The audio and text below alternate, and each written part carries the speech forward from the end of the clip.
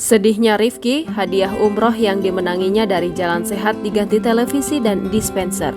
Event Jalan Sehat bertajuk Merdeka Anak Rakyat berhadiah umroh dimenangi seorang anak, Josh alias Rifki, warga Kompleks Puri Asri, Kecamatan Tamalandrea, Makassar. Namun, tiba-tiba diganti hadiahnya menjadi televisi dan dispenser. Event Jalan Sehat yang digagas Yayasan Anak Rakyat ini digelar di lapangan Talabumi, Tamalandrea, Permai, pada Minggu 13 Agustus 2023. Peristiwa ini pun viral di berbagai media sosial setelah orang tua Rifki, Indah Astriani, protes keras. Di mana awalnya Rifki yang nomor pesertanya 01427 beruntung mendapat hadiah utama umroh yang dicabut pada kotak undian.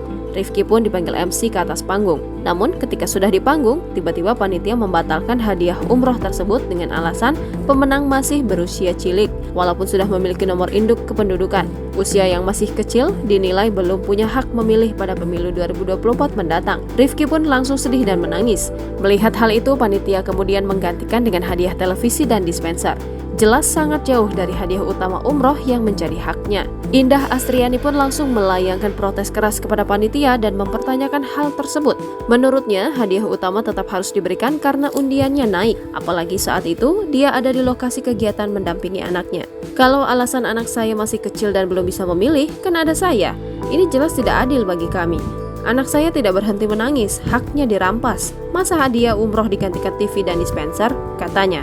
Meski Indah Astriani telah protes keras, pihak panitia tetap bersikukuh dengan berbagai alasan diberikan. Pihak panitia Jalan Sehat Anak Rakyat tersebut belum berhasil dikonfirmasi dan memberikan klarifikasi terkait pergantian hadiah umroh jadi televisi dan dispenser kepada Rifki.